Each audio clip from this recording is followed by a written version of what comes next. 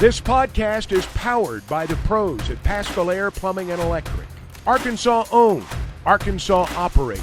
GoPaschal.com. They're late in the first half. You called, I think, your first time out of the season. What was the message to the guys during that timeout, and what did you think of the way they responded? I think they responded good. Won't repeat what we talked about. Thought we had to play with much more defensive tenaciousness, be more disruptive. I think we ended the half on a 10-2 run. We did not end the half properly against Fordham. We talked about that in that huddle. But I thought the start of the second half, the end of the first half was phenomenal. Not happy at all how we ended the game the last 10 minutes. But it is what it is. We got to generate more free throws attempted. Only 15 tonight. I don't know if we've had a team in a long time only shoot 15 FTAs, and then obviously 20 turnovers in a win is kind of unheard of. We got back to maybe a little bit of our problem overseas, turning the ball over. But they weren't turnovers caused by defense. They were self-inflicted turnovers. So, but we did do a good job passing the ball. We had 231 passes, where we have been right around that 150 to 175 mark. So we shared the ball good, 17 assists on the 28 field goals. And defensively, we're through 3 games, we're really good defensively. Down a couple threes tonight. It seemed like he kind of is more comfortable as the games go by. Just how encouraging is it to see him probably ahead of schedule from what you probably expected from him? Yeah, I thought he played really well tonight. Jordan did. I thought, Jordan knocking down 2 3 balls changes a lot of stuff for us offensively. I thought he was really good being aggressive. His shot selection was really good. He had 3 steals in just 15 minutes. Obviously, there's concern right now about his ankle, which is why I didn't play him more. He was on pace to probably play 30-plus minutes. Unfortunately, he did get hurt, and he was playing really, really good. You mentioned the turnovers, but you were plus 12 scoring points off turnovers, plus 10 on the glass. We might need to be more plus than that, Kevin. We might have to be plus 25. So I guess the question is, just in those aspects, blue-collar glass, you talked about the defense, but just looking at the blue-collar basketball, you said that's probably the main thing with DNA on this for your team. How did that look to you tonight? Yeah, I thought defensively, we came in like there were some, in those first 30 minutes, there were some times where we gave up some dribble drives, and their post players did a pretty good job. But that was because we were staying attached to three-point shooters. And so I don't think we've given up more than 5 threes in the 3 games that we've played. South Dakota State's a really good three-point shooting team. You're going to see this team have a lot of nights in the Jackrabbits where they shoot make double-digit 3 balls during the course of their season. So I thought we did a really good job of hugging the three-point line, making their three-point shooters floor it. That was a big part of what we wanted to do. And then we felt like number 32, Detlinger, he was our leading scorer, and what were we going to do with the leading scorer? And obviously we held him without a field goal. So I thought that aspect of the question, Kevin, I thought we did a really, really good job defending across the board. They shot 32% for the game, and again, the three-point defense holding them to 3 for 16. They also weren't allowed to get many attempts up because,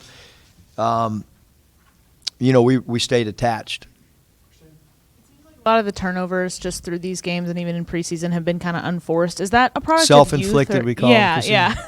So is that a product of youth, or what do you kind of chalk that up to? I think it's probably a lot of things. Youth, only a couple guys returning, so a lot of new players. Trying to figure out how defenses are playing us. So I think there's a multitude of, and then we got to, we're putting guys in offensive positions maybe that they haven't been in their career. And so like we want to try to isolate Trevin Brazil, and we want him to play some small forward. That he has not done that. So you see him out on the floor tonight handling the ball much more than in games 1 and 2. So he had 4 turnovers. So now he's got to grow from that when he's playing 25 feet from the bucket, and we're trying to get him in positions to beat people off the bounce. But he will. You know, we got a lot of guys that I want to continue to try to improve them, ball handler, isolation, dribble drive guys. You guys in scoring in all 3 games, and obviously Nick's absence or presence changes a lot of the scoring aspect. But is this something you expected from Ricky, and can he sustain this kind of production? Yeah, I mean, thank goodness for Ricky and TB, because right now those guys they're both playing phenomenal. I mean, to think that you can bring a guy off the bench and he can have the impact that he has.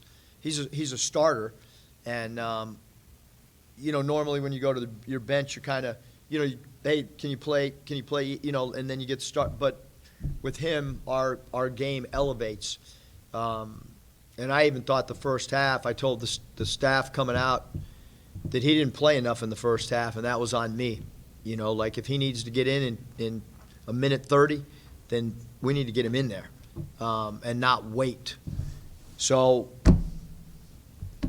I don't know where I'm going, but.